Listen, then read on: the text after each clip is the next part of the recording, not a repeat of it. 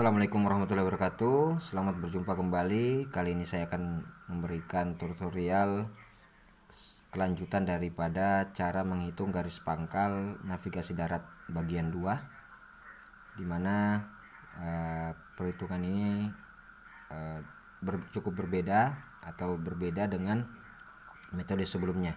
Jadi metode yang kali ini kita akan memperhitungkan garis pangkal di mana antara koordinat G dan koordinat P terdapat koordinat yang sama, baik itu di sumbu X atau di sumbu Y-nya. Ya, di salah satunya bisa di sumbu X-nya yang sama atau sumbu Y-nya yang sama. Silakan Anda lihat persoalan pada sebelah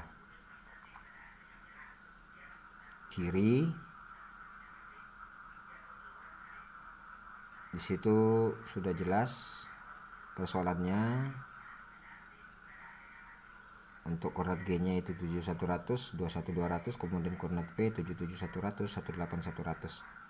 Apabila koordinat ini kita rubah ke 8 angka, 7710, 2120, 710, 1810. Namun perlu saya sampaikan bahwasanya aplikasi ini memang disetting untuk perhitungan koordinat 10 angka. Jadi apabila Anda memiliki koordinat 8 angka, agar dirubah ke 10 angka terlebih dahulu, ataupun bisa juga memasukkan data koordinat dalam bentuk koordinat UTM secara lengkap. Ya. Baik, kita buka, tekan pada bagian kanan atas, kemudian kita pilih menu yang pertama, hitung garis pangkal. Oke. Kita lihat data di sebelah antara koordinat G dan koordinat P. Sumbu X dan sumbu Y itu ada yang sama di sumbu X-nya ya, yang sama. Koordinat G-nya yaitu 7100, kemudian P-nya itu 7100, itu yang sama. Kalau 21200 dengan 18100 itu berbeda.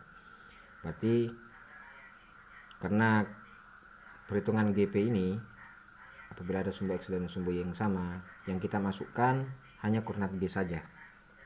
Jadi yang kita masukkan yaitu 77 100 21 200 ya. Nah, kelebihan. Kemudian langkah selanjutnya kita lihat pada bagian gambar,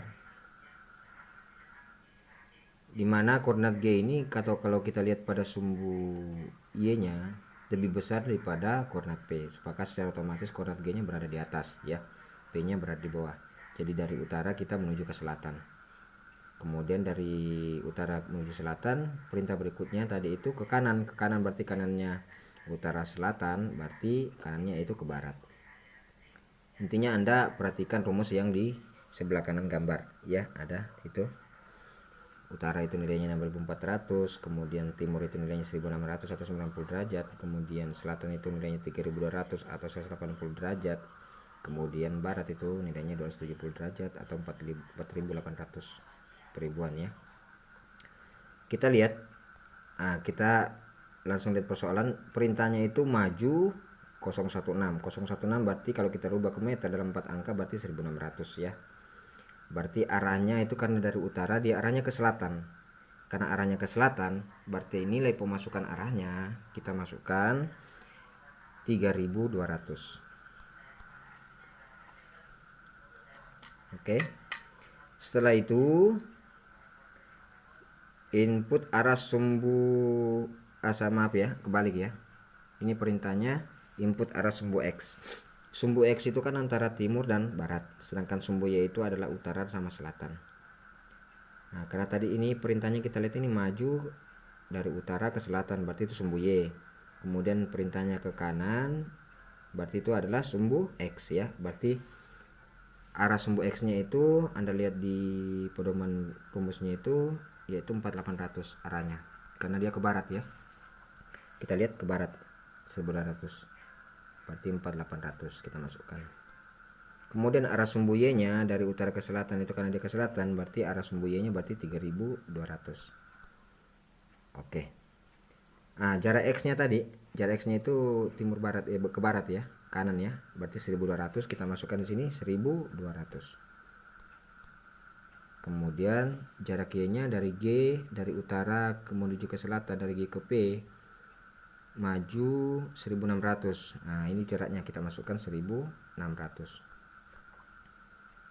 Oke. Setelah pemasukan data seperti ini, sisa tekan pada kolom hitung ya, kita hitung. Maka koordinat sasarannya adalah 75900 19600. Sama ya. Anda lihat perhitungan manualnya di bawah. Itu dengan perhitungan manual sama dengan perhitungan ini.